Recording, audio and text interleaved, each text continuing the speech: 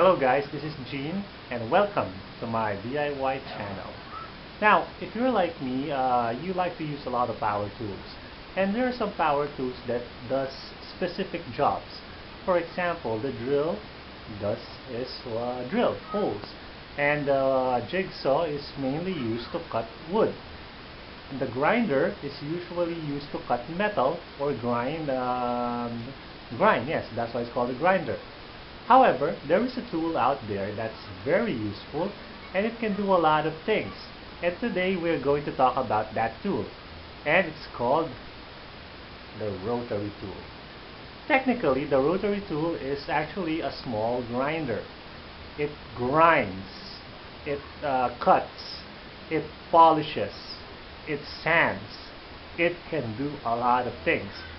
It's very small and lightweight, so you can use it anywhere and anytime.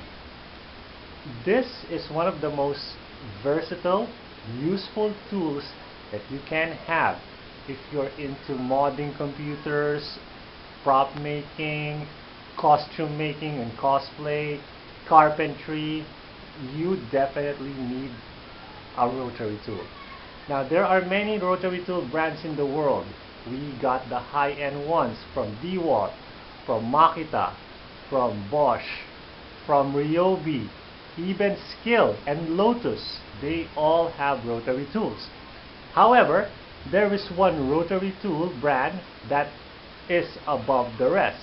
Every power tool manufacturer has their own specialty. For example, Bosch, their specialty is hammer drills. And for the rotary tool, the best brand you can buy is the Dremel. Actually, the original rotary tool was invented by Dremel. Now, Dremels and rotary tools are so popular that rotary tools are actually called Dremels in other countries. Here is my rotary tool. It's a Dremel 3000. I bought this just last month and it has proved to be a very useful tool. I use this tool more than all of my other tools combined, mainly because it's very small, I can take it anywhere, and it's very powerful.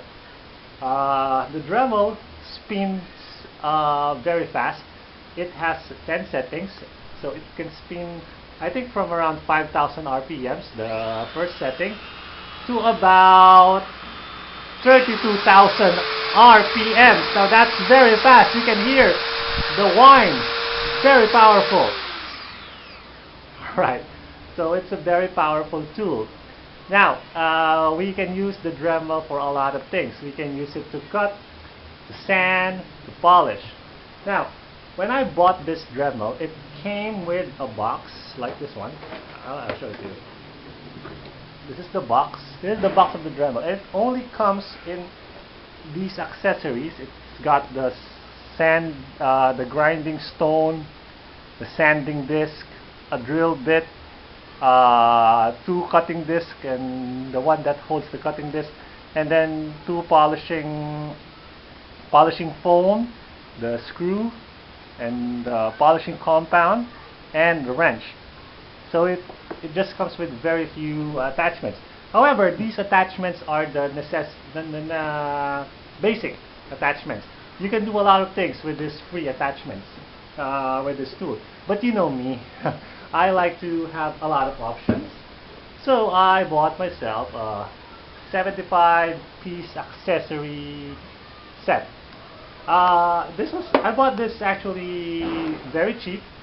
It was actually sold for 900 pesos, but the Robinsons in Handyman and Robinsons forums, they have a sale, so I only paid around 500 pesos for this.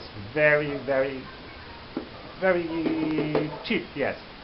By the way, the Dremel I got from a tool shop in Alabang, in South Station. It cost me 2,500 pesos. Yeah, it's a bit cheaper than when I buy it. When you buy it in the hardware store, it could cost around 3,600, like that, 4,000, even 5,000 in some hardwares. But it's very cheap if you buy on just tool shops. Now, like I said, I bought some different attachments for this Dremel. You can see there. That's a lot of attachments. It's got a lot of cutting disc, sanding disc. We got here the disc with different grits. I use this a lot. This is the disc that I use a lot though. It's got a sandpaper on it. I use this to grind rubber, to polish, and then it's got this polishing foam. You can use that with the compound. And then I also bought some stones, grinding stones. This one, and this is very cool. This is round. These are not Dremels, by the way. These are Lotus, but they would fit the Dremel. It's okay. And they also have this brush, like right here. So those are the attachments that you need. You don't need all of these things. I just like to have mine so that when I have to use them, I can have one. But I think my favorite disc is this one. I'll show it to you.